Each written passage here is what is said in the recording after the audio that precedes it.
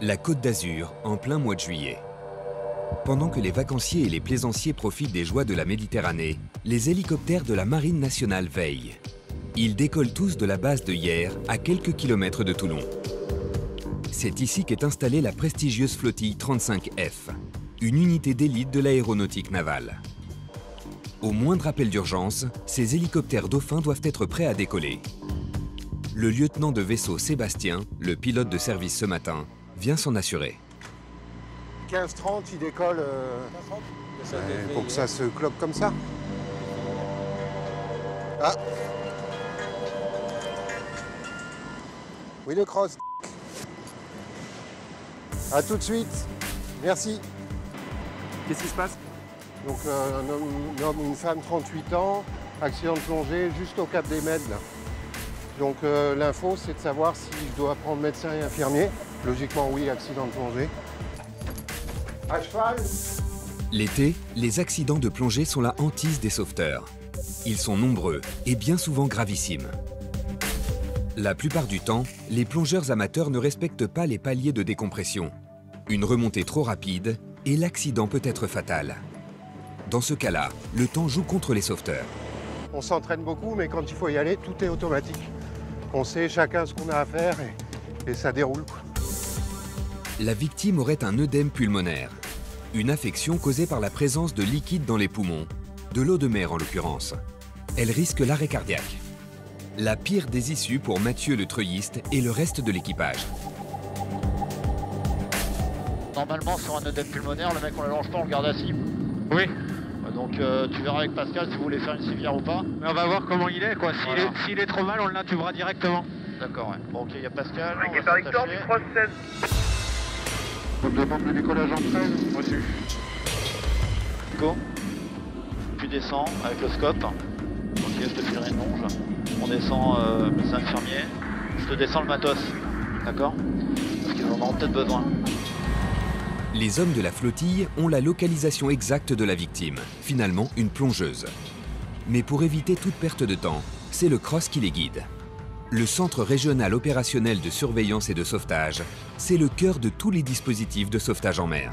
Victor du cross actuellement, leur position, ils sont dans le 121 pour 5 nautiques, 0,5 nautiques, correction, du Cap des Mèdes. Voilà. Pour le premier maître Mathieu, le treuilliste, cette opération s'annonce particulièrement délicate. Il va devoir déposer 3 personnes, le plongeur plus le médecin et son infirmier, sur un bateau en mouvement. Et tout cela à plus de 10 mètres de haut. Donc je dois coordonner mes mouvements avec celui du pilote, gérer la hauteur de la personne que je treuille ou du matériel que je treuille. Donc là la mer est relativement calme, donc ça va, c'est pas trop compliqué, mais il arrive parfois que la mer soit beaucoup plus agitée et là c'est un peu plus sportif. Stop à droite, stop l'avant, on est vertical de position, le plongeur est sur le pont, on libère le croc libéré, les clairs obstacles et c'est clair pour la gauche. À gauche, un point de destination. Une fois le plongeur à bord, le médecin et l'infirmier suivent sans difficulté. Grâce au matériel de secours, ils vont établir le premier diagnostic de la victime. Une étape essentielle pour déterminer si son élytreuillage est possible.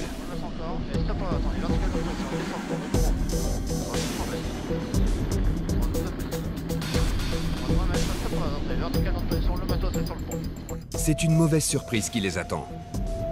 La plongeuse est mal en point. Son pronostic vital est engagé. Pour les sauveteurs, il faut maintenant la conduire au plus vite à l'hôpital. On va vous mettre un masque, madame, d'accord, avec une pression un peu plus importante. Tirez bien votre poing. Allez, ça va aller. Tirez votre poing. On arrête de parler, on respire. D'accord? C'est bon? En attendant que l'hôpital le plus proche la prenne en charge, l'unité médicale et Mathieu le treuilliste vont devoir s'activer pour la maintenir en vie. Il faut que tu me passes ton oxygène. Non, je vais la garder avec moi. Passe-moi ton oxygène, la bouteille du SAMU. Couverture de survie, s'il te plaît. Les hommes de la 35F réussiront-ils à rapatrier la plongeuse à temps? Réchappera-t-elle aux séquelles que laisse parfois ce genre d'accident? Opérationnels 24 heures sur 24 et 365 jours sur 365, ces anges gardiens des naufragés sont surentraînés. Là, quand même, dedans, quand j'ai pas réussi à trouver la manette, j'étais pas du tout rassurée. répartis dans 5 bases aéronavales de la Marine nationale. Qui sont ces hommes et ces femmes qui risquent leur vie par tous les temps pour nous secourir? Elle a les pieds bleus et elle tremble partout. Elle a tout juste la force de serrer la main. Mais les flottilles d'hélicoptères ne sont pas les seuls à intervenir. Pour épauler les militaires, la Société nationale de sauvetage en mer agit aussi dans les situations d'urgence. Qu'est-ce qui s'est passé, monsieur? Voilà, restez là. Vous avez mal? Ah, doucement, doucement! Qu'est-ce qui pousse ces 7000 bénévoles à embarquer sur leur bateau pour venir en aide aux naufragés? L'autre mission de cette association, c'est de former de nouveaux sauveteurs. Et vous allez voir, la sélection est impitoyable. Allez Véro, c'est bien! À Marseille, ce sont les marins-pompiers qui veillent sur les côtes de la cité phocéenne. Et ils ne chôment pas, la Méditerranée s'avère parfois particulièrement dangereuse. Il y a un mec qui fait des signes, il est dans notre axe bâbord, il est dans notre axe bâbord. Pour sauver des vies humaines, on met tout en œuvre. Dans les cas les plus désespérés, ou quand il s'agit de sauvetage en mer à grande distance, ce sont les avions Falcon de la marine qui viennent à la rescousse. 5, 4, 3, 2, unité, ça passe à gauche. Pendant des mois, nous avons suivi ces hommes et ces femmes au courage hors norme, capables de braver les éléments et les mers les plus déchaînés pour sauver des vies.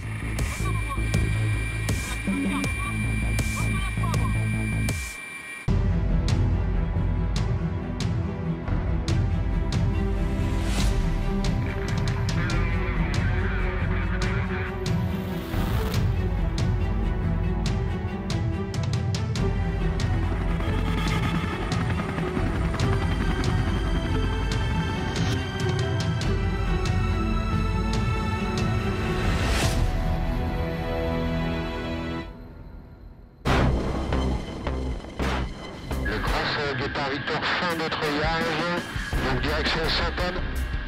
Dans l'hélicoptère de la 35F, le cas de la plongeuse que vient de secourir le premier maître treuilliste Mathieu est particulièrement préoccupant. Toute l'équipe médicale s'affaire autour d'elle. Pourtant, comme tous les sauveteurs, Mathieu reste optimiste. Ça peut être des cas parfois, on fait ça naturellement, du mieux qu'on peut, toujours de manière professionnelle. Donc là, ça s'est bien passé, on espère que ça va bien se terminer pour elle en arrivant à l'hôpital. La jeune femme restera hospitalisée 5 jours. Aujourd'hui encore, elle souffre d'un problème cardiaque. Les séquelles d'une journée de plongée qui a viré au cauchemar.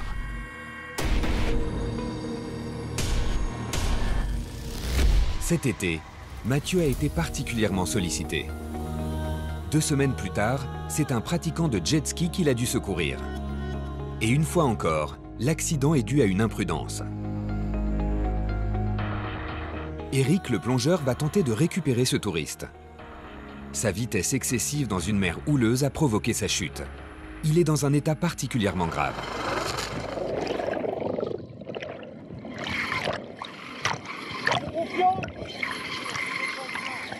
Bonjour, vous êtes conscient, ça va? Mal au dos? Est-ce que vous sentez vos jambes? Je sens les jambes. Est-ce que vous avez mal ailleurs? Ah, vous avez mal au bras? Ok. On va descendre une civière, je vais vous conditionner dessus. D'accord. On vous remonte dans l'hélico. Oui. Il y a le médecin, l'infirmier, on ira se poser au plus proche. Ils vous examineront. Ok, je récupère la civière. Allez, on va le faire ici. Ça va, monsieur? Autour du blessé, ces 2 moniteurs de jet ski. Ils vont aider Eric à installer l'homme sur la civière. Vous avez une sangle bleue là. Juste à votre niveau. J'entends pas. Non, non, non, je me parle. Sous le bras, sous le bras. T'inquiète, t'inquiète. Voilà. L'opération est délicate. Vu ses symptômes, le blessé pourrait être touché à la colonne vertébrale. Mathieu, le treuilliste, est lui aussi sous pression. Un mouvement brusque ou un choc pourrait augmenter le risque de paralysie du jet skieur.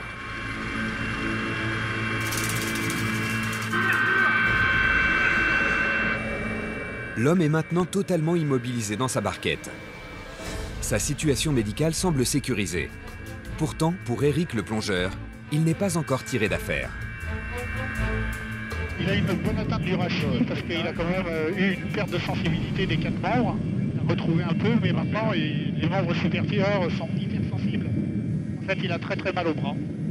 Donc il ressent tout multiplié par 100, j'ai l'impression. Il y a des fois des gens sont inconscients, ils sortent par des mers assez agitées. Et là, le jet ski, ça peut faire très mal, quoi. Et le corps, en fait, il est projeté et ça impacte tout de suite. Comme une moto. Comme une moto, en fait. Direction l'hôpital compétent le plus proche, celui de Sainte-Anne à Toulon. Dans un tel cas d'urgence, il faut que la victime soit prise en charge au plus vite par un service spécialisé dans les traumatismes de la colonne vertébrale. Les jours du blessé ne sont plus en danger.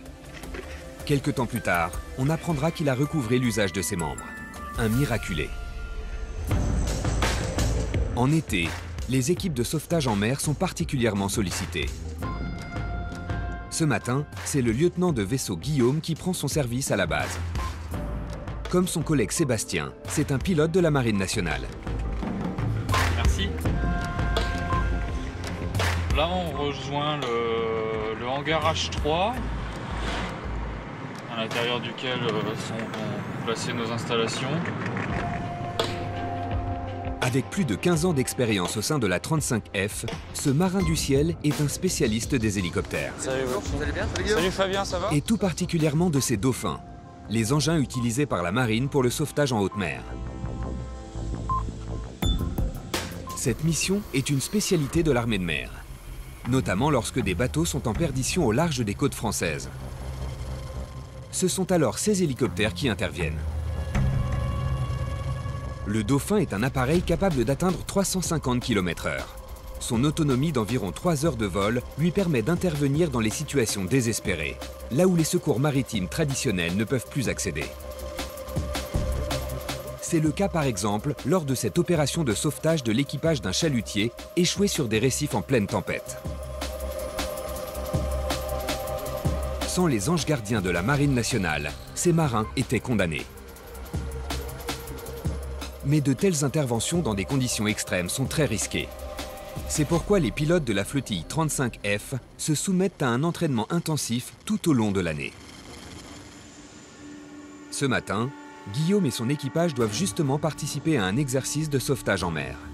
Avec lui, Johan, sa copilote, Fabien, le treuilliste, et l'homme en combinaison, c'est Eric, le plongeur. Chacun de leurs départs est précédé du même rituel, l'inspection pré-vol.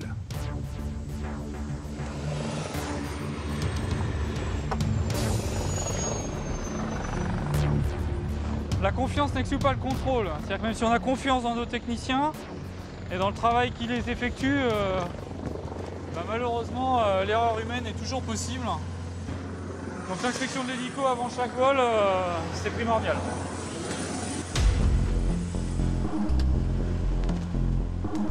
Mais aujourd'hui, contrairement aux apparences, les conditions météo ne sont pas idéales.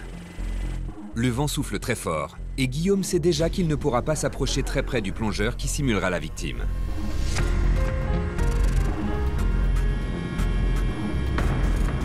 Après décollage. Après départ, on n'a pas de voyant, on est au lieu d'amener le plongeur à la verticale du naufragé et de travailler sur cette verticale, on va travailler où le pilote, je vais garder le visuel du naufragé pendant toute la séquence. Et donc ça implique que le plongeur sauveteur doivent palmer pour le rejoindre.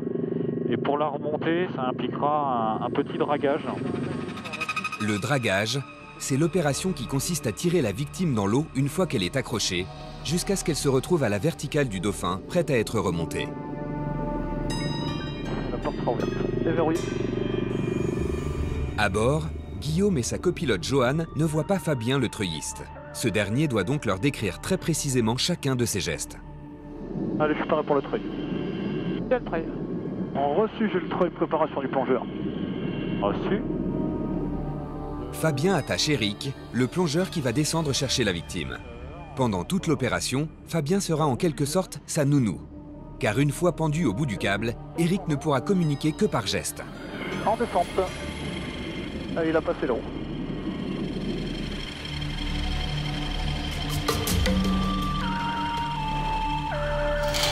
Allez, 2 mètres de l'eau, 1 mètre de l'eau. Et le plongeur est à l'eau. Une fois immergé, Eric doit palmer le plus vite possible jusqu'à la victime. Dans la réalité, un naufragé épuisé, s'il n'a pas de gilet de sauvetage, peut couler à pic à n'importe quel moment. La bouée d'Eric est là pour le sécuriser. C'est bon, les deux hommes sont désormais attachés. Le câble se tend et je commence à les ramener. Oui. Puis Guillaume procède au fameux dragage dans l'eau. Le plongeur et sa victime sont tirés jusqu'à être à la verticale de l'appareil. Attention pour le déjaugeage. Oui, 3, 2, 1 et stop, ils sont déjaugés en montée. Éclair obstacle. Le souffle de l'hélicoptère fait bouger le filin du treuil. Fabien doit rester très vigilant pendant la remontée.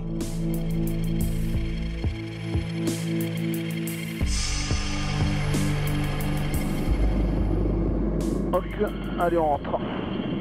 La réception est le moment le plus délicat.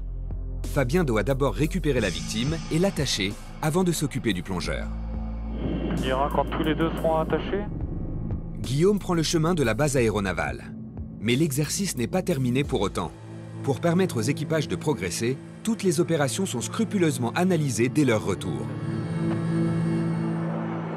Depuis 3 ans, les appareils de la flottille sont équipés de petites caméras embarquées qui permettent de ne rien rater des sauvetages. Et même de revoir des interventions plus anciennes, comme celle-ci, tournée en mai 2014. Et cette fois, ce n'est pas de l'entraînement. Pour le coup, moi en étant à gauche, sur des choses comme ça, je vois pas ce qui se passe. Je vois pas toute la partie treuillage. Alors quand on arrive, à un moment donné, je parle visuel du bateau et du coup, je suis ce qui se passe à la voie. Toute la partie treuillage pur, moi, je peux ne pas la voir. Ce jour-là, l'équipage de Guillaume intervient pour sauver un homme éjecté de son bateau lors d'une manœuvre. Il dérive en pleine mer. En fait, quand on arrive sur lui, on pensait qu'il était mort. Il est resté 1h45 dans l'eau, de l'eau à 15 degrés.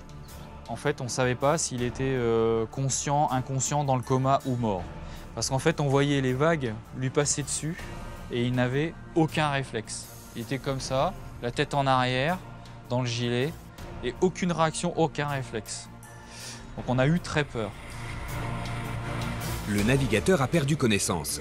Sa température corporelle est descendue à moins de 30 degrés. Il est en danger de mort.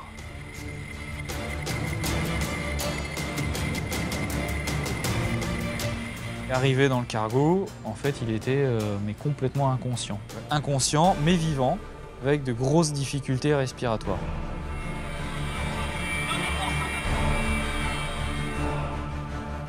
Là, on l'a positionné un peu en vrac dans l'hélico. On fait avec les moyens du bord, là, on n'a pas trop le choix.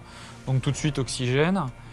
Compte tenu qu'il est en hypothermie sévère, le plongeur va lui découper ses vêtements pour enlever les vêtements humides, là, le contact du froid.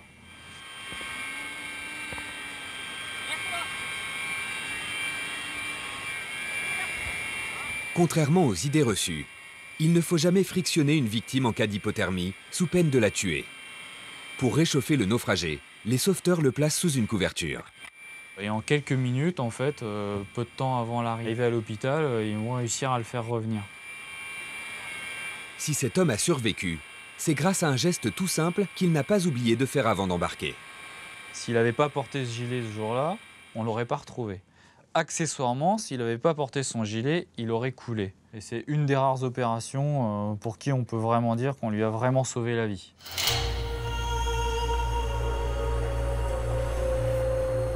Nous avons retrouvé ce miraculé. Florian est plongeur photographe dans le sud de la France. Cette mésaventure lui a servi de leçon. Il ne part jamais sans son gilet de sauvetage et l'impose systématiquement à tous ses employés. On a racheté du matériel de sécurité, on a acheté des balises individuelles pour les marins quand ils sont seuls. Effectivement, on a équipé de manière à ce que tout le monde ait un gilet lorsqu'on est en mer, à signaler avec des systèmes du coup luminescents aussi pour permettre aux personnes d'être visibles si jamais ils tombaient la nuit, parce que ça nous arrive de travailler la nuit. Il ne faut pas négliger du coup, il faut toujours avoir beaucoup de respect vis-à-vis de la mer et en même temps y faire très attention. Aujourd'hui, Florian est en pleine forme. Et c'est aux anges gardiens de la Marine nationale qu'il le doit. Chaque année en mer, il sauve plus de 300 vies. Mais ce genre d'opération est toujours très périlleuse. Pour éviter que cela tourne mal sur le terrain, les sauveteurs se forment dans des installations spécialement conçues pour reproduire les pires situations.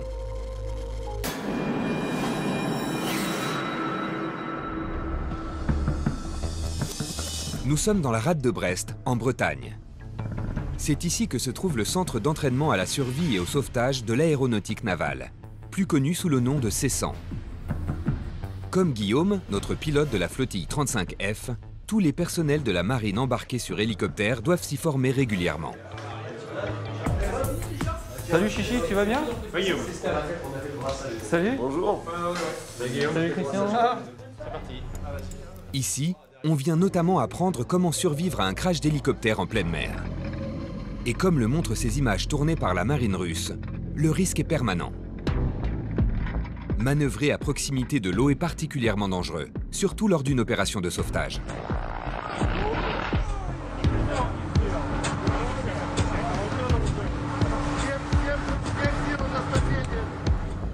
Guillaume est bien placé pour le savoir. Lui aussi a failli voir l'une de ses opérations de sauvetage virer au drame. Ce jour-là, son équipage est appelé en urgence pour sauver le skipper d'un voilier en perdition. Le problème, c'est que le vent est fort et que la houle est formée. Lors de l'hélitreuillage, le mât se penche brutalement. Le plongeur se trouve accroché au bateau malgré lui. À cet instant, l'enroulement du treuil autour du mât aurait pu mettre en danger le plongeur et l'équipage de l'hélicoptère.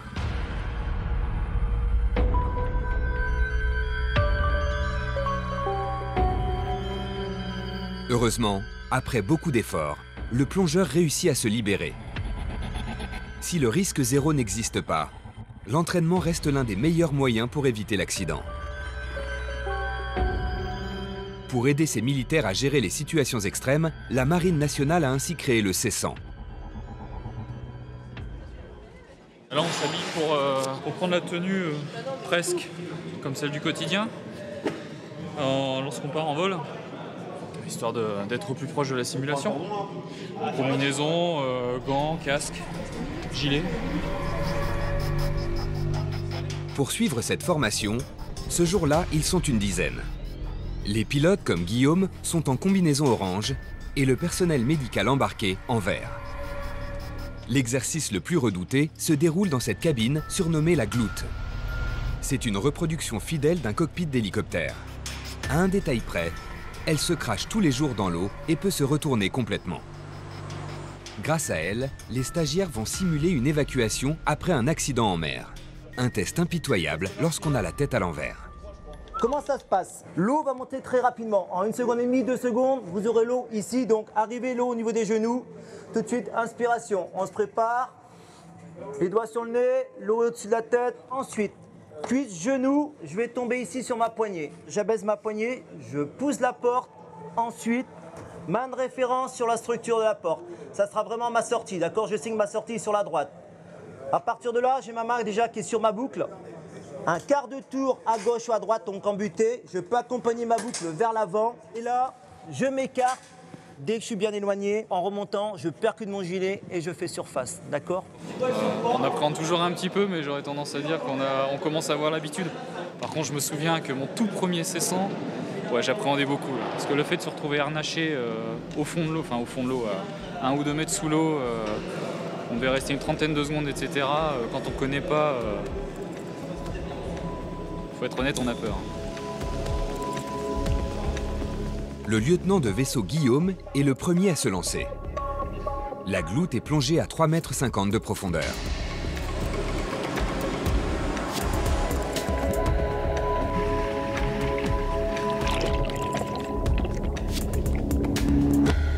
Puis la cabine se retourne, comme cela se produit dans 60% des cas lors d'un crash d'hélicoptère.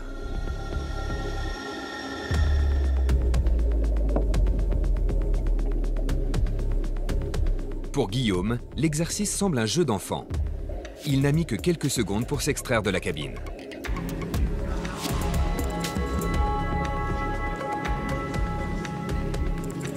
Non, mais ça s'est bien passé, c'est sympa.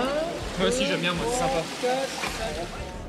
Mais dans les coulisses de la piscine, d'autres stagiaires se préparent à affronter l'épreuve.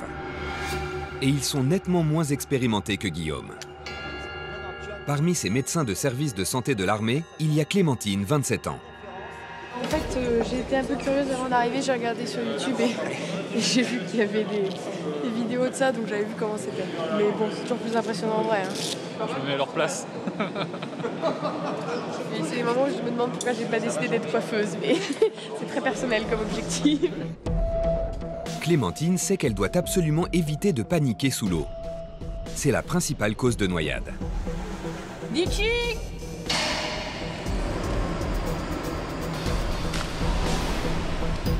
La gloute est replongée dans l'eau.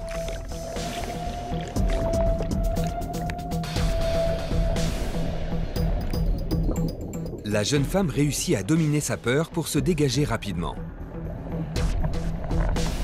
Quelques secondes plus tard, elle s'extrait de la cabine.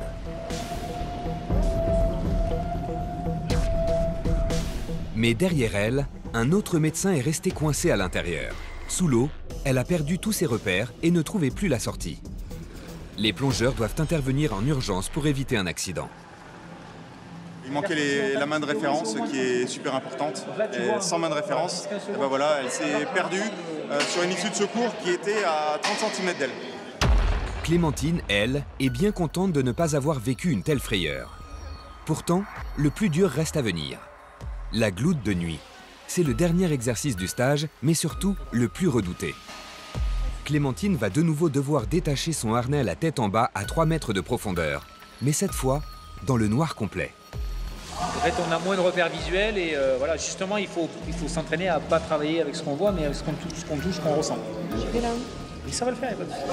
Allez, ouais. Faut le pousser, hein. Vas-y, C'est quoi le signe, c'est ça, quand ça va pas? Non.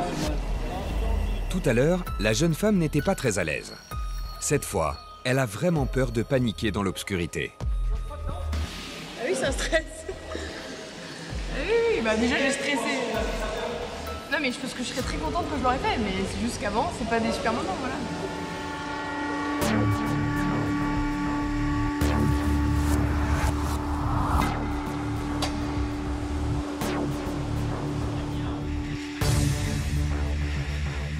L'eau monte, la tension aussi.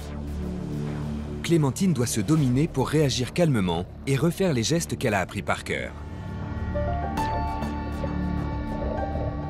Sous l'eau, c'est la répétition mécanique de ces gestes qui la sauvera peut-être un jour.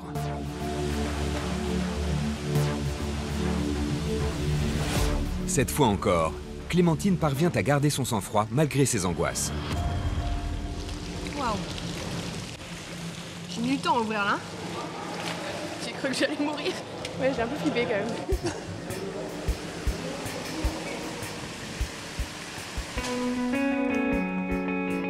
Le lendemain, Clémentine se présente avec les 4 autres médecins de la formation pour recevoir officiellement son diplôme du C100. Grâce à lui, elle va enfin pouvoir participer à des vols opérationnels de sauvetage en mer. Et enfin, le médecin Clémentine. Voilà. Dans 5 ans, Clémentine devra revenir au C100 pour une piqûre de rappel. D'ici là, elle aura multiplié les interventions en haute mer et sans doute sauvé déjà plusieurs vies. Qu'il s'agisse de médecins ou d'équipage d'hélicoptères, les anges gardiens de la mer risquent leur vie par tous les temps pour vous secourir. Le train est bien sorti vers U80 et là ils sont effectués, on est par nettoyage. Mais ce ne sont pas les seuls. Sur leur bateau, les 7000 bénévoles de la SNSM, la Société nationale de sauvetage en mer, sont souvent les premiers à venir en aide aux naufragés. Attention, prépare à poser. Prêt pour poser. Et ils n'ont pas le droit à l'erreur. Voilà pourquoi la formation de ces sauveteurs se déroule en conditions réelles. Et la sélection est impitoyable. Quand ce ne sont pas eux qui interviennent, ce sont les marins-pompiers comme ceux de Marseille. Quand le Mistral souffle, la Méditerranée devient particulièrement dangereuse. Ça va? Ok, on va. Tu veux qu'on te ramène? Dans les cas les plus désespérés, ou pour les sauvetages en mer à grande distance, ce sont les Falcons de la marine qui décollent de Bretagne et de Méditerranée. Eux aussi sont capables de braver les éléments pour sauver des vies.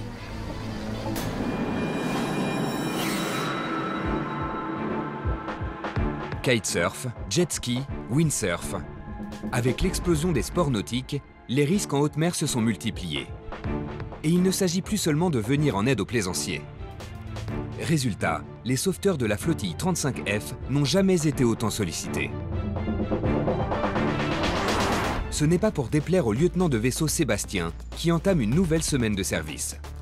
À tout juste 42 ans, il est l'un des plus chevronnés, avec plus de 3000 heures de vol sur Dauphin. Salut Mathieu. Ça y est, 3 semaines on va se faire là. Il retrouve Mathieu le treuilliste, et voici Clément le copilote, et enfin Morgane le plongeur. C'est la 4e semaine là, t'en peux plus? Ouais. Bon, pour me faire accepter dans cette nouvelle bordée, pour une fois, je ramène les croissants. Mais les hommes de la 35F n'ont pas le temps de profiter de leur petit déjeuner. Le vent se lève. Là, on va pas plus haut que ça parce qu'il y a du vent et on risque de taper dans le sang. Et ce pourrait être dangereux. Ce matin, ils ont prévu une opération avec les sauveteurs en mer de la SNSM de Cagnes. Il faut récupérer un naufragé sur le pont de leur bateau afin de le rapatrier vers l'hôpital le plus proche. Qu'il s'agisse de baigneurs, de plaisanciers ou de surfeurs à sauver, les équipages de la flottille 35F partagent le même engagement. Pour le plongeur Morgane, ce métier, c'est avant tout des valeurs. Les valeurs principales, c'est avoir du temps, être toujours prêt, toujours dispo. Et de courir sans faillir. C'est la devise de la flottille. C'est la devise de la flottille 35F. Voilà. Donc là, j'ai vérifié le harnais de sécurité du plongeur, le harnais de plongeur. C'est voir s'il est bien attaché. Voilà le bateau sur lequel on va treuiller Morgane. La difficulté pour Mathieu le treuilliste, c'est de réussir à déposer son plongeur sur le pont particulièrement étroit de ce bateau de la SNSM. D'autant que pour éviter les turbulences de l'hélico, il est lancé à pleine vitesse. La hauteur de stationnaire? Eh ben, 20 pieds, les sondes à 10. Le train est bien sorti, verrouillé à travers, les verrouilles sont effectuées, on est prêt de voyage. Pas question de mettre le plongeur dans l'eau. Cela pourrait aussi déstabiliser l'hélicoptère et mettre en danger l'équipage.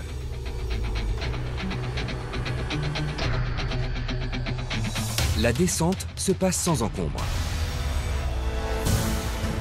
Et une fois le plongeur sur le bateau, le premier maître Mathieu n'a plus qu'à lui envoyer la civière.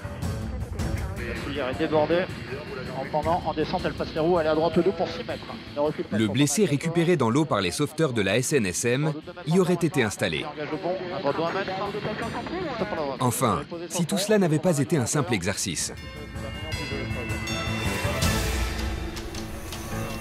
Mais pour Mathieu, l'opération a un goût un peu spécial.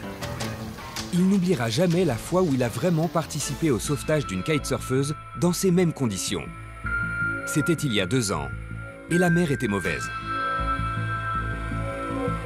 Le bateau bouge beaucoup, il tangue énormément, donc il creuse dans les vagues, donc la plage arrière monte et descend, et en plus de ça, on est à 3/4 avant de la houle, donc le bateau a une houle croisée et roule un peu de l'arrière.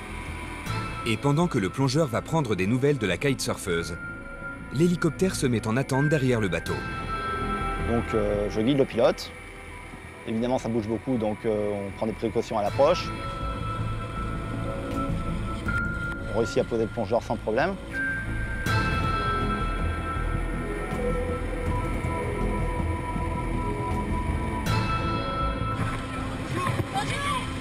Elle s'appelle Alexandra.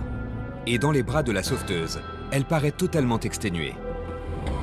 Comment tu te sens? Elle a plus de force. D'accord? D'accord? Elle a les pieds bleus et elle tremble partout. Regarde. Elle a tout juste la force de serrer la main. La civière, ça serait le mieux, hein. Mais ça bouge fort. Vu son état, le plongeur décide d'utiliser un brancard pour la hisser jusqu'à l'hélicoptère. Mais après avoir évalué l'état de la mer et communiqué par signe avec Mathieu, il choisit finalement de l'hélitreuiller sanglé contre lui. Je vais la remonter dans mes bras. Je la tiendrai, moi. Je ne veux pas bouger pour la civière. Mets-lui un casque vite fait. Alexandra tremble de tous ses membres et risque de s'évanouir à tout moment. Elle vient de passer 3 heures dans l'eau accrochée à sa planche de kite, incapable de regagner la côte. Rendez ses jambes! Rendez ses jambes! À droite, l'homme aux cheveux mouillés, c'est le mari d'Alexandra. En tirant des bords avec son kitesurf autour de sa femme tombée dans l'eau, il a réussi à donner l'alerte. Meilleur techniquement, il a continué à naviguer malgré les conditions climatiques, jusqu'à l'arrivée du bateau des sauveteurs.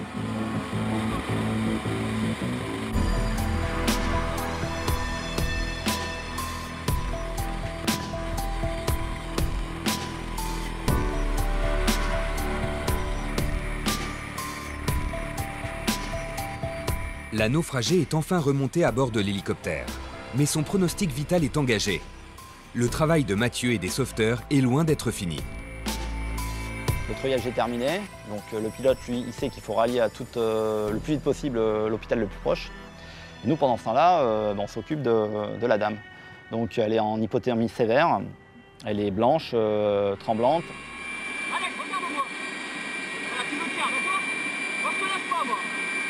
Elle perd connaissance plusieurs fois, donc on est obligé de la réveiller par des petits gestes qui font qu'on a un réflexe de réveil. Et pour éviter ce sommeil synonyme d'une mort annoncée, Mathieu et le plongeur ont une technique radicale. Rassurer, mais aussi provoquer la douleur. Seule façon d'obliger Alexandra à garder les yeux ouverts. Quelques minutes plus tard, l'hôpital nord de Marseille est en vue. La jeune femme sera prise en charge par les équipes médicales. Et heureusement, car elle va alors être victime d'un arrêt cardiaque dont elle réchappera de justesse. Pour l'équipage de la 35F, mission accomplie. Ça fait toujours plaisir d'aider son prochain, de sauver des vies. C'est le travail pour lequel on est employé, c'est notre travail, c'est celui-ci. Sauver des gens, on fait la mission, on a réussi, on est content, c'est gratifiant à l'instant T. Et après, de suite, on se reconcentre sur ce qui peut arriver derrière et ce qui peut être encore plus compliqué. Donc, il faut être tout de suite disponible à 100% juste après une intervention. Mais si les anges gardiens de la marine veulent être efficaces, ils doivent pouvoir compter sur les bénévoles de la Société nationale des sauvetages en mer.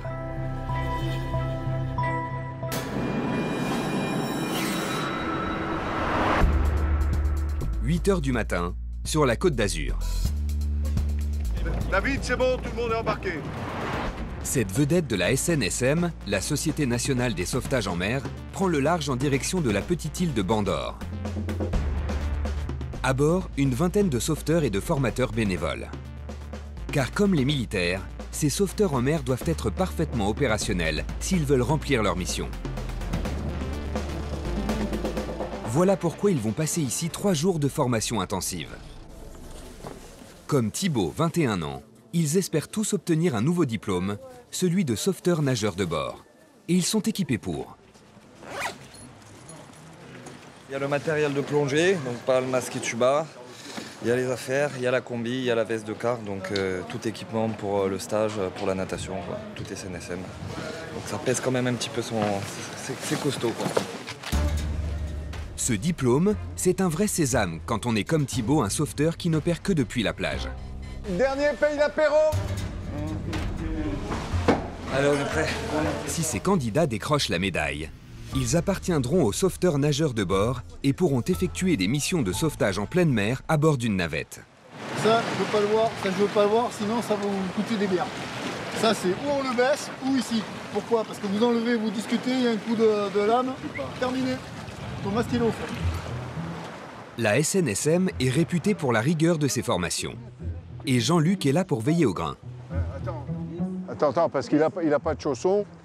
Et prenez l'habitude de prendre vos matériels, va mettre tes chaussons, ils sont là, et prends tes palmes courtes, on n'a rien à... C'est lui qui supervise le stage. Et le programme est particulièrement copieux et difficile. On va recadrer tout ça parce que on va leur expliquer. Nous sommes en bénévolat, mais ce n'est pas un club de vacances. En hors d'œuvre, un test d'endurance. Les sauveteurs doivent nager 500 mètres à contre-courant. S'ils ont l'air de progresser facilement, l'exercice est très physique. Là, on a à peu près 2 nœuds de courant, donc on le voit comme on dérive. Et donc effectivement, il y a une première fatigue. Ils sont allés d'abord contre-courant et maintenant ils se prennent un peu plus de dérive dans le dos pour les aider. Deuxième exercice, l'approche des rochers. Les stagiaires doivent s'aider du ressac pour se propulser sur terre. Mais s'ils ratent leur coup, le courant peut les fracasser brutalement. Là, il y a un grand creux, on attend la vague pour s'aider de la vague pour monter sur les rochers. Sinon on la manque, on va retomber. Regarde ce qui va, la mer va se retirer d'un coup.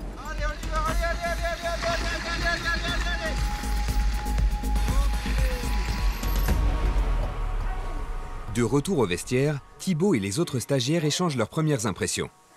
Voilà, ça va, tranquille, petite mise en bouche. Merveilleusement. Petit échauffement.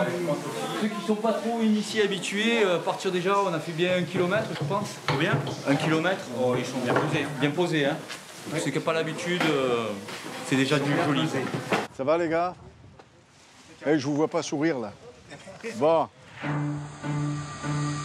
Après une courte pause, les exercices reprennent. Cette fois, les sauveteurs doivent enfiler la totalité de leur équipement pour la haute mer. Il inclut notamment un gilet et un casque qui vont les gêner encore plus.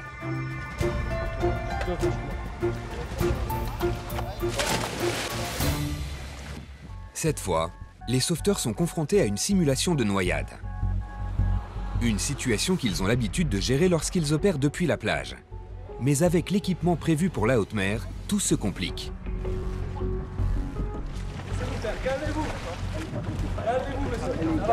Thibaut s'en tire plutôt bien. Il réussit à calmer la victime avant de la ramener vers le bord en lui maintenant fermement la tête hors de l'eau. Ah bon? On peut pas défendre le quai? D'habitude, Thibaut ramène ses victimes vers le rivage. Mais en haute mer, il devra la hisser sur un zodiaque. C'est un exercice très technique. Il va venir te chercher, il va te remonter sur le zodiaque. Okay. D'accord? Je prends pas de palmes. Tu prends tes palmes, t'es son collègue en étant dans l'eau. Chaque année, les sauveteurs de la SNSM sauvent plus de 7000 personnes sur le littoral français. Et pourtant, on recense encore 300 noyades par an. Voilà. Les bénévoles doivent donc être formés pour affronter des situations tendues. Le stage en haute mer est considéré comme l'un des plus difficiles. Beaucoup de ces stagiaires n'obtiendront pas leur précieux diplôme. C'est pas évident, d'accord? Donc on va agripper le zodiaque d'une main et nous on va essayer déjà de grimper sur le zodiaque. Thibaut a réussi l'épreuve, mais il doit jouer maintenant le rôle de la victime. Et Véronique, la seule femme de la formation, va avoir bien du mal à le remonter à bord. Allez Véro, c'est bien. 1, 2, 3, c'est comme tu veux. Et hop. Et ben voilà, c'est presque ça. Allez, il est cassé. C'est bien Véro.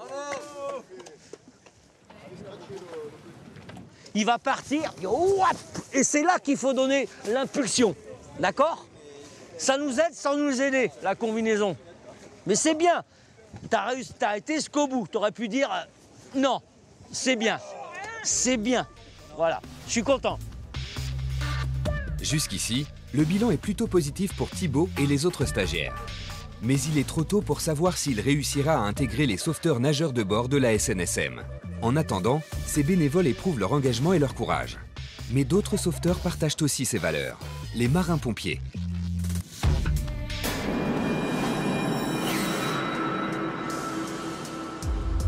Marseille, 9h du matin.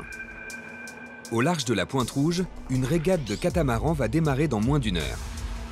Au port, les derniers équipages terminent la préparation de leur Formule 1 des mers. Une tempête menace. Les marins sont tendus. On va voir les bateaux. Non, il en manque un. Pour éviter les accidents, l'organisateur de la régate a fait appel à Cédric et aux marins-pompiers de Marseille. Cette unité d'élite de la Marine nationale compte 120 marins-pompiers spécialisés dans les interventions aquatiques. Non, alors, à bord, on a 5 marins. Ils sont tous équipés avec casque, un gilet de sécurité qui fait plastron en même temps pour les amortir en cas de choc. Ils sont tous équipés avec un couteau chacun. En cas de chavirage, entre le filet, le nombre de cordages qu'il peut y avoir à bord, ça s'en mêle, on peut vite se retrouver avec quelqu'un de coincé dessous. Tout est prévu.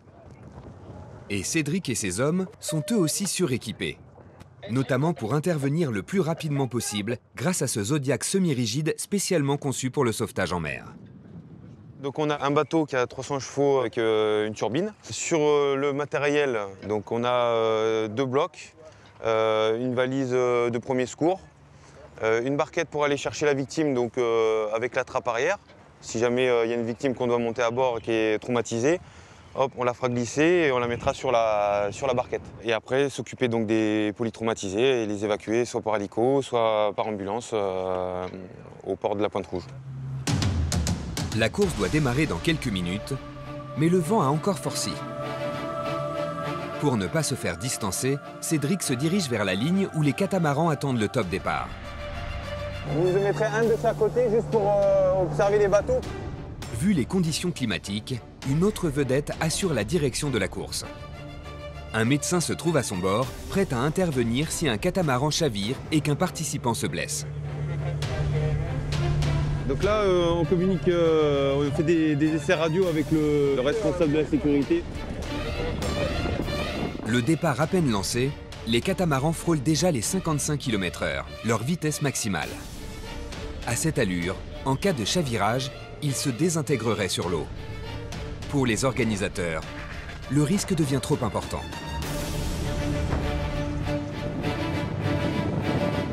Du coup, ils ont annulé la course parce qu'il y a trop de vent et comme c'est des bateaux qui, dès que ça dépasse 30 nœuds, ils vont trop... Enfin, le vent est trop fort et ils iraient trop vite, donc ils casseraient tout leur matériel. Donc à partir de 30 nœuds, c'est annulé. Donc là, on avait 34 nœuds, c'est fini. Les marins-pompiers croient à la fin de leur mission. Mais le coup de vent a déjà fait une autre victime. Il y a un mec qui fait des signes, il est dans notre axe bâbord, il est dans notre axe bâbord. Cédric vient de recevoir un appel d'urgence. Un véliplanchiste est en détresse, il faut faire vite. Alors que le bateau progresse à vive allure, son collègue Adrien enfile son casque, son masque et ses palmes. Il prépare aussi une bouée qu'on appelle une frite, spécialement étudiée pour les situations d'urgence.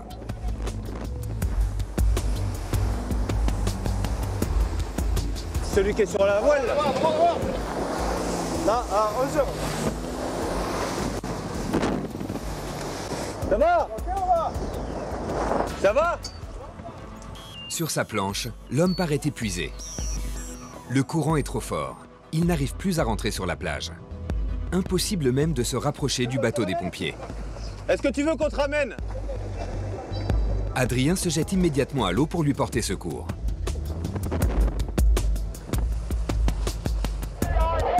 Tu peux monter par l'arrière? Il s'agit d'un adolescent.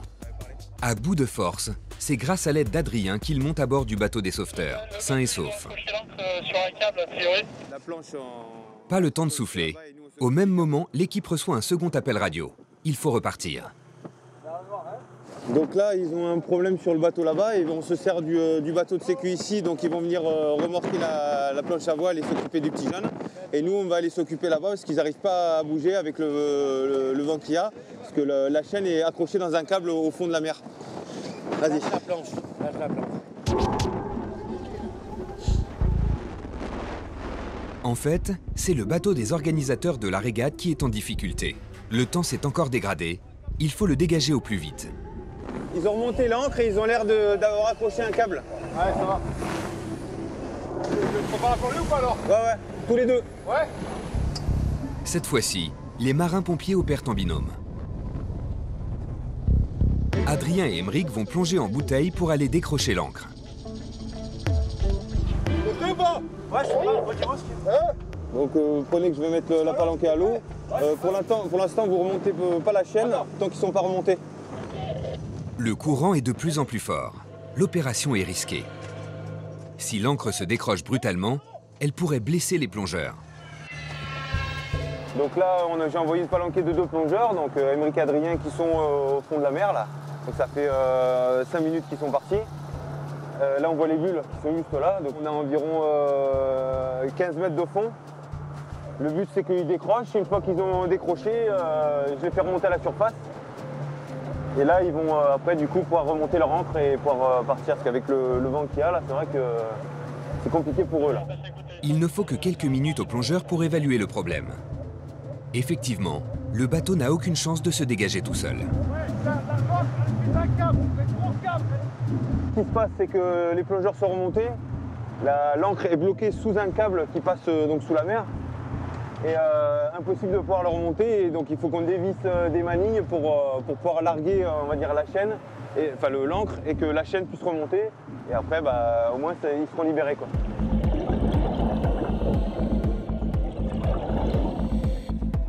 C'est un énorme câble électrique qui retient l'ancre prisonnière. Les pompiers n'ont pas le choix. Ils doivent la démonter au fond de l'eau pour libérer la chaîne. Il faut opérer prudemment. La tension de cette chaîne est à son maximum à cause du courant qui pousse le bateau en surface. Je vais attendre de voir s'ils sont remontés là. Au bout d'une dizaine de minutes, c'est la délivrance. L'ancre est enfin décrochée. Le bateau part à la dérive.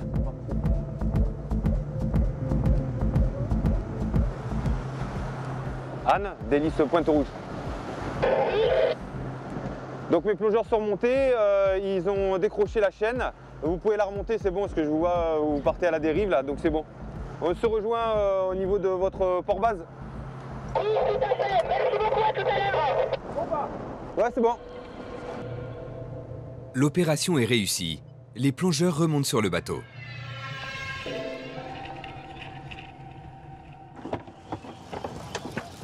De retour au port du Roucablanc, les marins-pompiers retrouvent le jeune véliplanchiste, ravi de saluer ses sauveteurs. J'ai essayé de rentrer avec le vent, mais vu que ça faisait que forcir et que j'avais pas le matos adapté pour ce temps, je pense que j'aurais eu beaucoup de difficultés, même que je me serais fait mal ou quoi. Donc heureusement que vous avez été là. Merci. Pour nos missions réussies. Ouais. Cédric et son équipe spécialisée sont contents. Malgré leurs 250 interventions en moyenne par an, ils ont rarement l'occasion de revoir les personnes qu'ils sauvent. Mais en matière de secours, il faut parfois déployer encore plus de moyens pour venir en aide aux naufragés, notamment quand il faut intervenir au milieu des océans.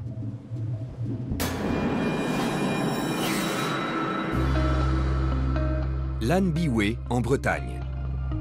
Voici la base de l'aéronautique navale de la flottille 24F. Ici, pas d'hélicoptère, mais des petits jets comme cela.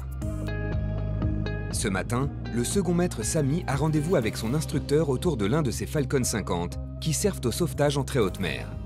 C'est un grand jour pour lui. Salut Samy, ça va? Ouais. Ah oui, c'est une journée importante, c'est le jour de son lâcher opérateur opérationnel, comme on dit. Voilà, donc à partir d'aujourd'hui, si son vol se passe bien, il pourra voler seul à son poste, sans avoir un moniteur en permanence derrière lui. À 26 ans, le second maître Samy vient de suivre une formation de 4 mois au sein de cette flottille spécialisée et quasiment unique en son genre. Ultime épreuve, son équipage doit réaliser aujourd'hui un exercice particulièrement délicat. Le largage de plusieurs canots de survie sur le site d'un naufrage. Alors là, c'est un container SAR. C'est un canot en fait qu'on va larguer depuis le Falcon. Et une fois que ça percute l'eau, ça se déploie et ça devient un canot qui peut accueillir, là, pour le coup, 10 personnes. Ok, autorisé. Départ 42. Larguer un canot de survie depuis un avion à réaction nécessite une coordination parfaite. Chaque membre d'équipage doit connaître son rôle sur le bout des doigts. Des vies en dépendent. Cette fois, l'exercice se déroulera au large de l'île de Groix. Dans un premier temps, une fois qu'on l'aura repéré, on larguera des marqueurs lumineux à l'eau. Donc ce sera mon premier rôle de me larguer ces marqueurs en toute sécurité. Les marqueurs, ce sont les bonbonnes de colorants et de fumigènes que Samy doit larguer 2 par 2 pour signaler la position des victimes. Elles servent de repère aux pilotes pour lâcher le canot de survie au plus près des naufragés. Ensuite, en fonction du vent et ainsi de suite, et de ce que le chef aura décidé, on se présentera pour larguer pour exercice la chaîne de survie. La chaîne de survie, c'est l'autre nom du canot de survie. Ça pèse 80 kg globalement. Donc ça c'est... voilà, il faut bien sûr ne pas le larguer sur le naufragé, on va le larguer à côté de lui, mais de telle manière où le vent va ramener sur lui le canot pour qu'il n'ait pas à nager pour aller le chercher, quoi. Le Falcon 50, c'est la dernière chance des naufragés. Sa vitesse et son rayon d'action lui permettent d'intervenir là où même les hélicoptères ne vont plus. L'appareil peut franchir jusqu'à 1800 km en à peine 1 heure et demie puis rayonner 1 heure sur zone pour guider les secours vers les bateaux en perdition. Avec cet avion, on peut repérer aussi bien les balises de détresse que les balises radarisables. On peut rechercher avec le radar, la caméra infrarouge et à la vue, bien sûr, avec les 2 veilleurs qui sont de part et d'autre de l'avion. Justement, l'opérateur radar vient de repérer une vedette qui avance à marche forcée. SNSM, 30 secondes à gauche. Cette vedette, la voici. Il s'agit du bateau d'intervention de la Société nationale de sauvetage en mer, qui opère en coordination avec le Falcon sur cette opération. Il va nous indiquer la direction exacte à prendre. Il y a un radeau sur l'eau, on ne le voit pas de très loin. Pour le radar, on ne le voit pas. Donc la mer est agitée. Ouais, c'est 50 cm au-dessus de l'eau, donc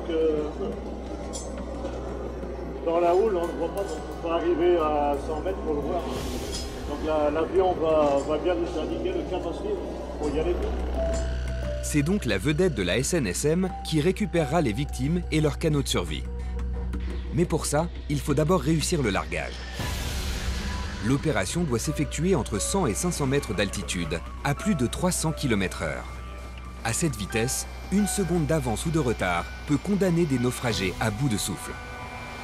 Samy a donc une grosse responsabilité sur les épaules.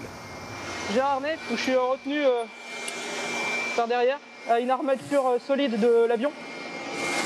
Et voilà, donc avec l'équipage bien attaché, bien sanglé, la trappe ouverte en toute sécurité, puis après on a juste à balancer la chaîne en fait. C'est assez sportif pour le coup. Une fois la cabine dépressurisée, la trappe s'ouvre. Un moment très impressionnant pour Samy.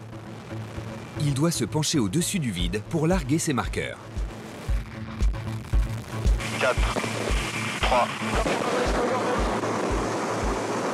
top largage.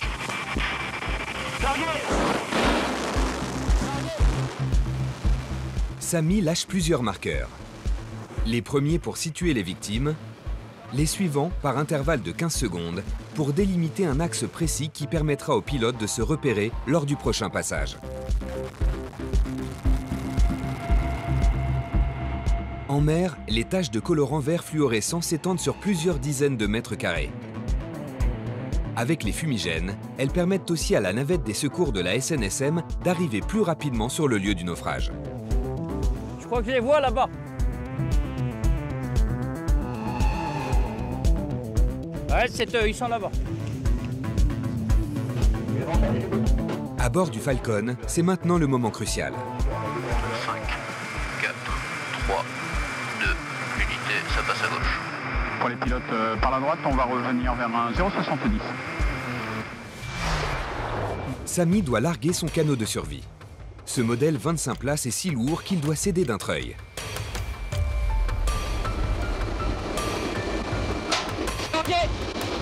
Chaque conteneur contient une réserve d'air comprimé qui gonfle automatiquement le canot au moment où il percute l'eau.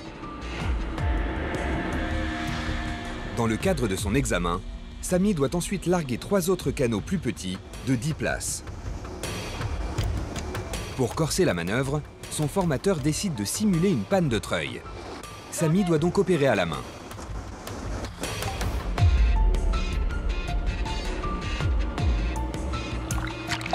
C'est dans ce petit modèle que les faux naufragés doivent prendre place. J'ai mon gilet que c'est pas gonflé. Tu restes? On va essayer de le... L'opération paraît facile, mais avec des victimes à bout de force, ce serait une autre histoire. Je monte en premier.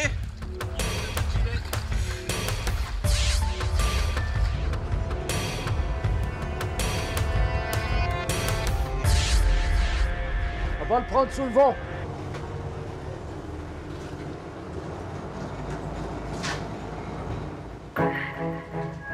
L'exercice est un succès. Le canot de survie a bien percuté l'eau au plus près des plongeurs. Dans la réalité, l'intervention du Falcon de la Marine nationale leur aurait certainement sauvé la vie. Alors.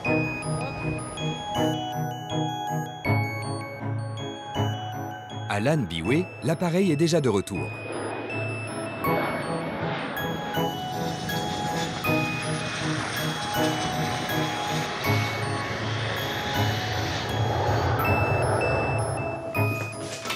Vas-y, viens, C'est l'heure du verdict pour Samy. Il va enfin connaître le résultat de cette journée test. S'il a fait une erreur, il sera recalé. Ouais, c'est toi. Bien fait. Alors, à débriefer rapidement le vol. Pour toi, comment ça s'est passé? Bah, c'était un vol de lâcher, donc un petit peu tendu, on va dire. Mais sinon, dans l'ensemble, je suis plutôt content parce que voilà, les chaînes ont été larguées, la sécurité n'a pas été engagée. Voilà. Donc c'est... Non, je suis plutôt content. Il faut que tu travailles un peu la précision au niveau du largage des marqueurs. Hein, la vitesse où on va, 1 seconde de retard sur le largage, ça fait 100 mètres d'erreur à l'arrivée pour le marqueur. Et puis les lancers, je t'ai dit, mettre un peu d'énergie au lancer pour les lancer vers l'avant de la trappe. Donc voilà, dans la globalité, c'est plutôt bien passé. Et donc, ma félicitation, tu es qualifié opérationnel. Merci. Merci pour lui. Pour Samy, c'est un sans faute. Il volera désormais sans formateur au sein de la flottille 24F. Chaque année, un équipage de Falcon 50 de la Marine nationale effectue en moyenne 400 heures de vol opérationnel. Si les avions ou les hélicoptères de la Marine permettent de sauver bien des naufragés, sur l'eau, les bateaux de la SNSM, la Société nationale de sauvetage en mer, sont souvent les premiers à leur venir en aide. Est-ce que vous pouvez bouger vos mains et vos jambes, monsieur? Non, non. Alors ces bénévoles n'ont pas le droit à l'erreur. Entraînés et formés en conditions réelles, ces sauveteurs sont triés sur le volet. Quand vous étiez parti, là, c'est mort. Hein. La victime avec son trauma au niveau du dos, c'est foutu, quoi. L'été, la flottille 35F de l'aéronavale est mobilisée sur tous les fronts. Si c'était une tentative de suicide, s'il est motivé, ça peut être compliqué. Parfois, ce sont les vacanciers eux-mêmes qui provoquent les drames. À 1 heure, il y a du bleu sous l'eau. Ouais, puis je faisais un baigneur.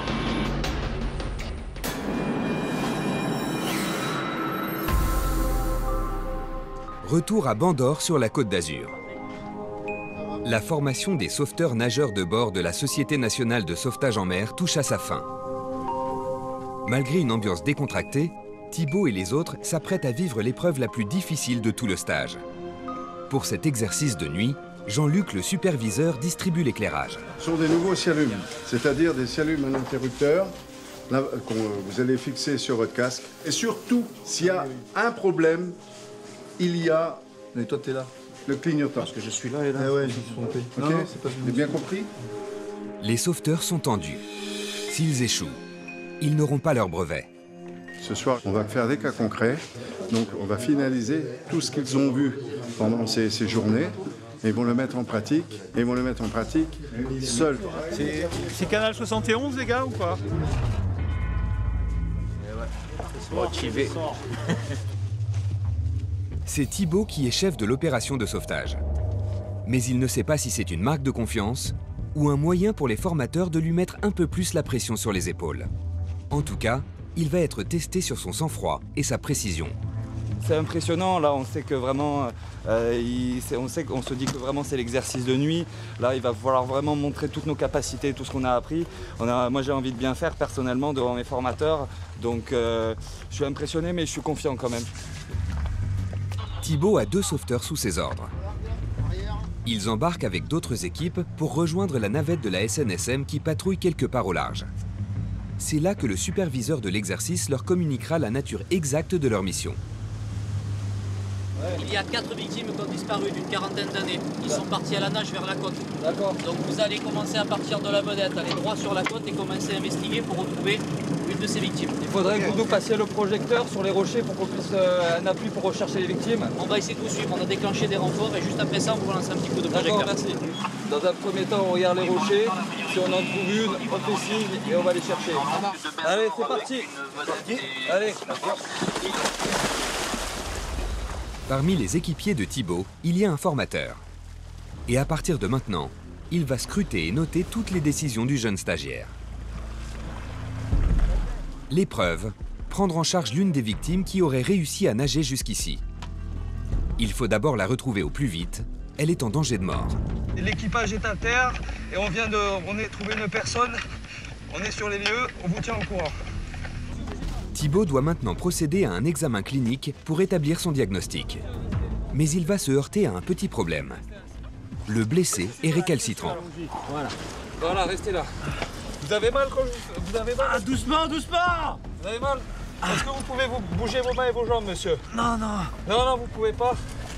D'accord. Vous me gênez avec votre lumière, là. Monsieur, c'est les secours, laissez-nous faire. Eh ouais, mais... Laissez-vous faire, monsieur.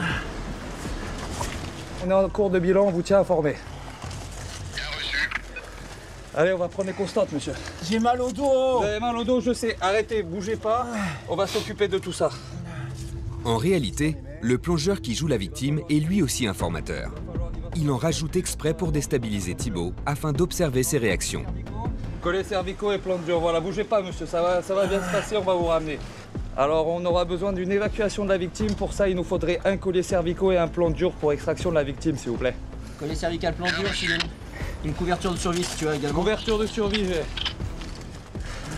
Vas-y. Vous pouvez pas me faire une piqûre pour la douleur? Non, monsieur, on n'est pas des médecins, on est des sauveteurs, non. Vous ne servez à rien, alors. Thibaut fait venir un brancard scoop, une planche insubmersible qui permet de transporter une victime dans l'eau. Mais auparavant, les sauveteurs lui posent un collier cervical pour prévenir un éventuel déplacement de vertèbres. Voilà, monsieur. Mais Thibaut est stressé. Au moment d'appeler les renforts, il commet une grosse erreur. On a conditionné la victime dans le plan dur, donc elle est prête pour extraction. Donc il faudrait nous envoyer dans un premier temps l'équipage SR1 pour vous l'amener ensuite sur la vedette. Est-ce qu'on l'emmène sur la vedette ou est-ce qu'on l'amène au sol là? Parce que là, on peut faire intervenir. Ou alors on peut faire extraction par le sol sur les escaliers. À vous de décider. Allez, il y a 2-3 marches et on arrive au poste de secours. Allez, on monte les marches ensemble. Allez. Finalement, les sauveteurs ramènent la victime par l'escalier de la crique. Dans la réalité, un service médical de secours la prendrait en charge à partir de maintenant. Pour Thibaut, l'épreuve est terminée. Attention. Mais tout n'a pas été parfait. Prêt pour poser. Posez. Alors les gars, vos impressions et vous me refaites un petit peu ce qui s'est passé du début à la fin. Il va enfin savoir ce que ses formateurs ont pensé de sa prestation. Et puis nous a amené le matériel, on a... La victime, moi, le ressenti de la prise en charge, beaucoup trop de bruit. Thibaut, baisse-moi ta radio, quoi. Elle gueule dans les oreilles de tout le monde. Je me suis fait drosser sur les rochers. Je vous ai dit, allez, j'ai dû compter 15 fois. J'ai mal au dos, j'ai mal au dos. Oui, monsieur, on sait. Tu m'as fait la palpation. Pourquoi vous venez pas faire les membres inférieurs? Il faut, ça je le ressens. Mais tu me demandes de bouger les orteils, je suis incapable de le faire. Pourquoi? Parce que depuis tout à l'heure, je vous dis que j'ai mal au dos. D'accord? La motricité et le fait d'être sensible au toucher. Rappelez-vous de ça, ça va vous jouer des tours. Si Eric vous laisse faire comme vous étiez parti, là, c'est mort. Hein. La victime avec son trauma au niveau du dos, c'est foutu, quoi. Hein. 2 erreurs dans la même intervention. Malgré un début de stage réussi, Thibaut sait déjà qu'il ne décrochera pas cette fois-ci le diplôme de nageur sauveteur de bord. Petit peu mitigé, on était avec l'équipe, on est arrivé sur la victime, on ne sait pas ce qu'elle avait. J'avoue qu'on s'est un peu, on a fait le bilan un peu rapide, on s'est peut-être un petit peu trop pressé. Bon, il y avait des points positifs comme négatifs, mais j'en ressors peut-être avec un petit goût amer.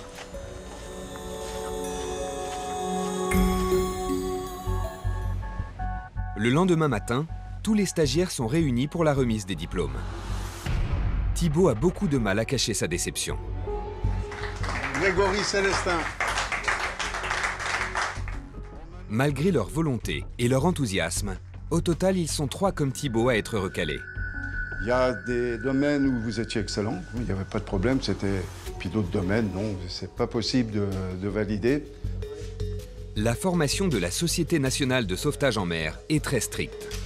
La bonne volonté des bénévoles ne suffit pas. Des vies sont en jeu et chaque erreur peut être fatale.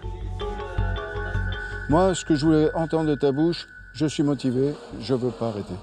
Tu me le confirmes, c'est bien, voilà. Donc on va recommencer. Malgré cet échec, Thibaut a donc persévéré. Quelques semaines plus tard, il obtiendra la qualification. Ouais. C'est aujourd'hui un sauveteur-nageur de bord spécialisé dans les interventions en mer. Pour les hommes de la base aéronautique navale de Hyères, l'été se poursuit avec son lot d'interventions toujours urgentes.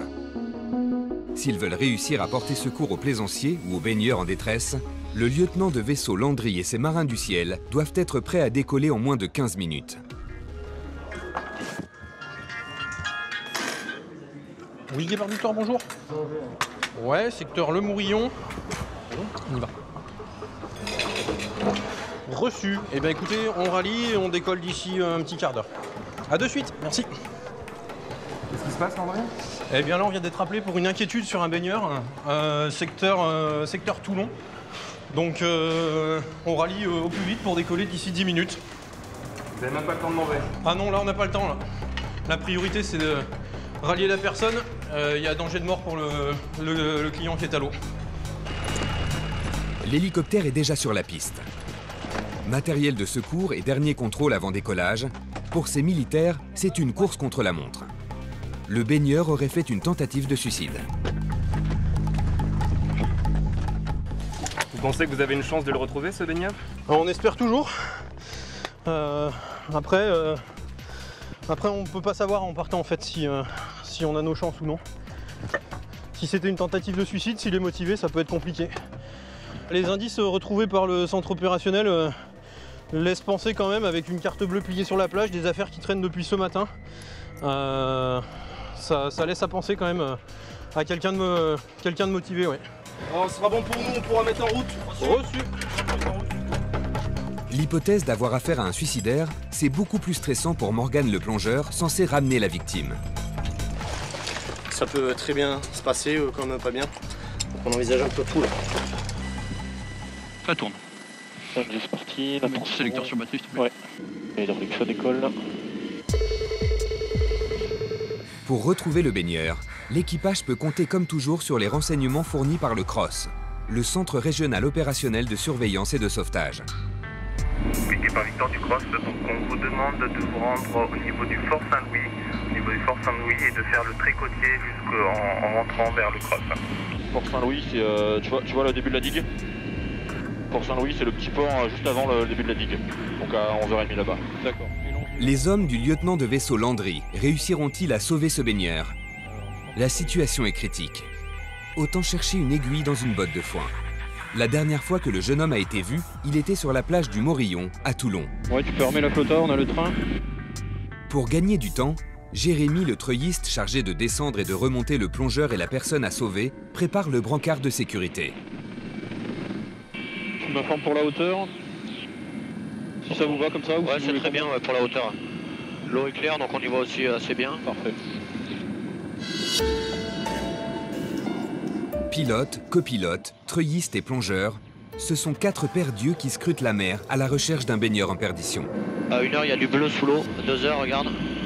Ouais, visuel. Sous un baigneur. Ouais, apnéiste. Ouais, c'est bon, il remonte. Pendant plus de 30 minutes, le lieutenant de vaisseau Landry et ses hommes vont faire des allers-retours le long de la côte. Ça doit être les sapeurs-pompiers. Ouais, c'est ça. Mais peine perdue. Aucun baigneur à sauver en vue. Le CROSS Méditerranée décide de faire rentrer l'équipage à la base. Guépard Victor, on a effectué le trait côtier du Fort Saint-Louis jusqu'à votre position, rien à signaler. Guépard Victor du CROSS, tout bien pris, merci pour votre concours, vous êtes liberté de manœuvre. Copier liberté de manœuvre, rentrez sur arrière, Guépard Victor. Le baigneur s'est-il noyé? A-t-il été récupéré par les pompiers ou d'autres services de sauvetage? Ou tout simplement, a-t-il regagné la plage par ses propres moyens? À ce moment-là, le lieutenant de vaisseau Landry n'en sait rien. Mission avortée du coup? Non, mission terminée. On a balayé la zone qu'on nous avait assignée. On n'a malheureusement pas retrouvé la personne. Maintenant, eh bien, c'est le CROSS, le centre opérationnel qui va reprendre la suite pour diligenter une enquête de gendarmerie, puisqu'on reste sur un statut de disparition inquiétante, la personne n'ayant pas été retrouvée. Le pilote apprendra plus tard que le baigneur est sain et sauf, parti faire une balade sur la plage sans prévenir ses proches. Une fausse alerte pour la 35F. Le nombre de secours en mer Méditerranée a encore augmenté l'année dernière. Le CROSS a coordonné plus de 3300 opérations, mobilisant les bateaux de la SNSM, les avions et les hélicoptères de la Marine nationale et de la sécurité civile. Au total, on a déploré 26 décès. Ceux qui pensent que la Méditerranée est une mer d'huile se trompent dangereusement.